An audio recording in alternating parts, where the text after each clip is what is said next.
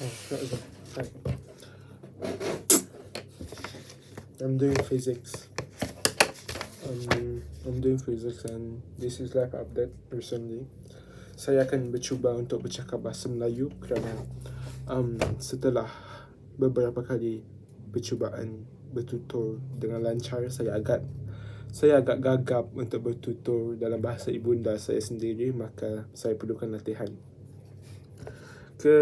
Sejak 2-3 minggu ini, saya sedar beberapa perkara dalam pendidikan saya. Yang pertama dan yang paling saya rasa crucial, yang paling signifikan sekali ialah saya tidak dapat melakukan matematik ketika saya dalam keadaan gabut. Ia ialah suatu penemuan yang agak wow kepada saya kerana buat matematik dari kecil, namun 17 tahun 8-9 bulan baru perasan yang saya tak boleh buat matematik dalam keadaan gabut. Macam dah, saya tak tahu nak cakap macam mana, tapi macam saya buat silap yang amat remeh-temeh, yang macam budak darjah 6 pun boleh perasan. So macam kalau saya tengah stres buat matematik, negatif 1 minus 1 boleh jadi kosong. And benda tu macam wow, bodohnya, cuainya. Okay. Yang kedua ialah saya semakin meminati bio. Surprise, mengejutkan buat saya kerana saya pernah membenci bio amat banyak, sehingga kan saya menghiraukan terus bio dalam pendidikan hujung tahun, trial dan sebagainya. Tapi honestly, bio ialah subjek yang sangat hebat. Sebab semalam saya ketawa dengan Afif sebab lucu macam mana saya boleh buat kompleks matematik tapi tak boleh nak bezakan kromatin, kromosom dan sebagainya. Ini yang saya belajar 2-3 hari ini mengenai pembahagian sel. Dan secara bahasa kasarnya, berbenang halus kita diperbuat daripada organ. Kita diperbuat daripada tanah. Islam ajar kita diperbuat daripada tanah, tapi dalam segi saintifiknya kita diperbuat daripada organ diperbuat daripada multisel, dan multisel of course diperbuat daripada sel. Dalam sains kita ialah organisma multisel dan kita diperbuat daripada sel, dan sel-sel rosak dan memperbaharui setiap masa.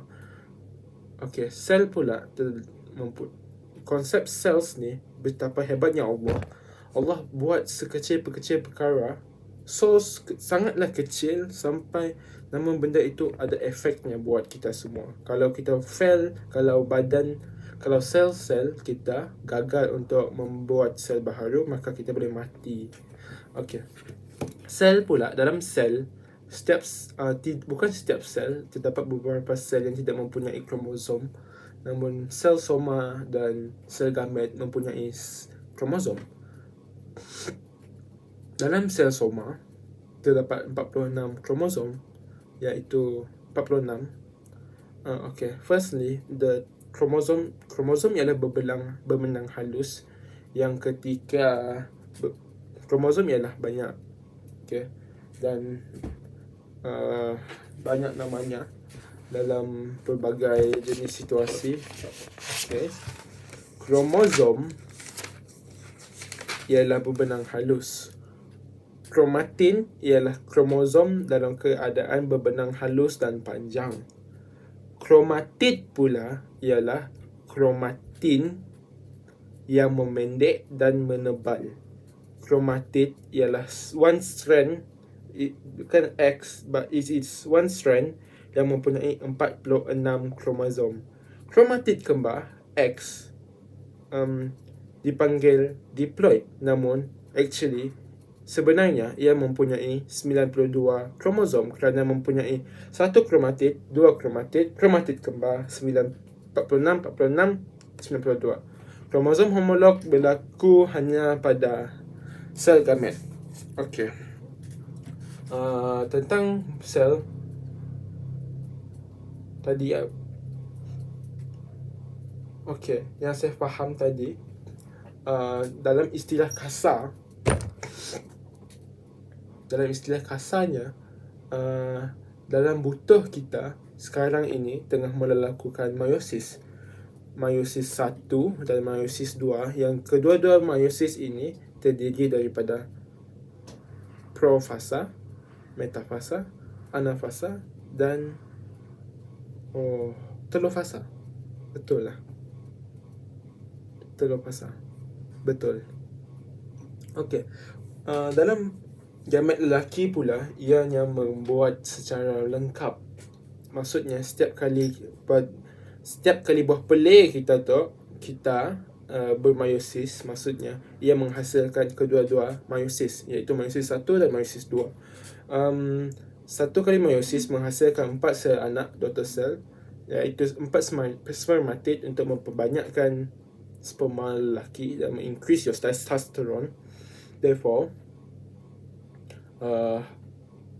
meiosis berlaku dalam buah pelir secara lengkap, iaitu meiosis 1 dan meiosis 2. Okey, bagi perempuan pula, kita haid mereka bermula dari ketika mereka dalam perut mak mereka, dan bla bla bla bla bla.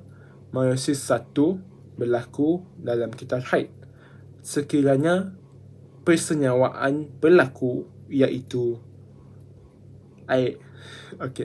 seks berlaku, seks dan sekiranya ovum dan sperma disenyawakan, maka meiosis mereka bersambung. Meiosis ovum bersambung melengkapkan meiosis 2.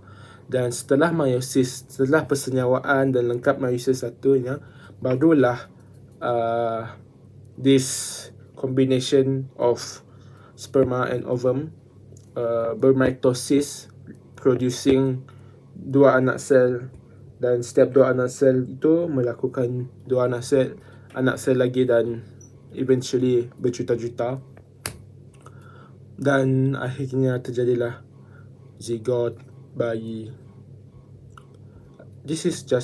Ini hanyalah pendapat saya yang saya rasa macam wow, sebab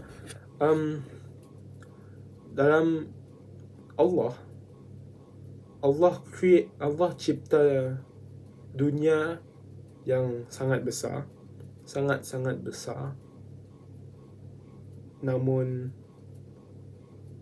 walaupun Allah ciptakan benda yang sebesar-besar dunia ni, sebesar-besar alam semesta, dan ada lagi benda yang jauh lebih besar daripada itu, namun Allah juga menciptakan sehalus-halus, sekecil-kecil perkara.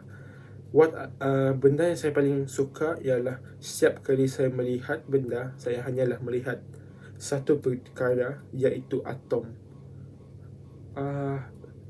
Pada pendapat saya, Minecraft semacam dunia sebenar, kerana the building blocks are the same, just like dunia kita sendiri.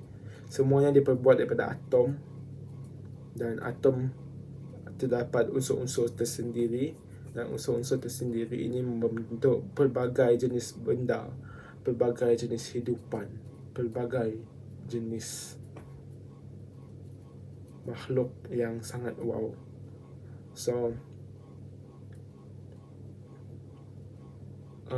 today I am grateful for being born, and I'm grateful that God allows me to have this knowledge, that I can be more amazed by Him.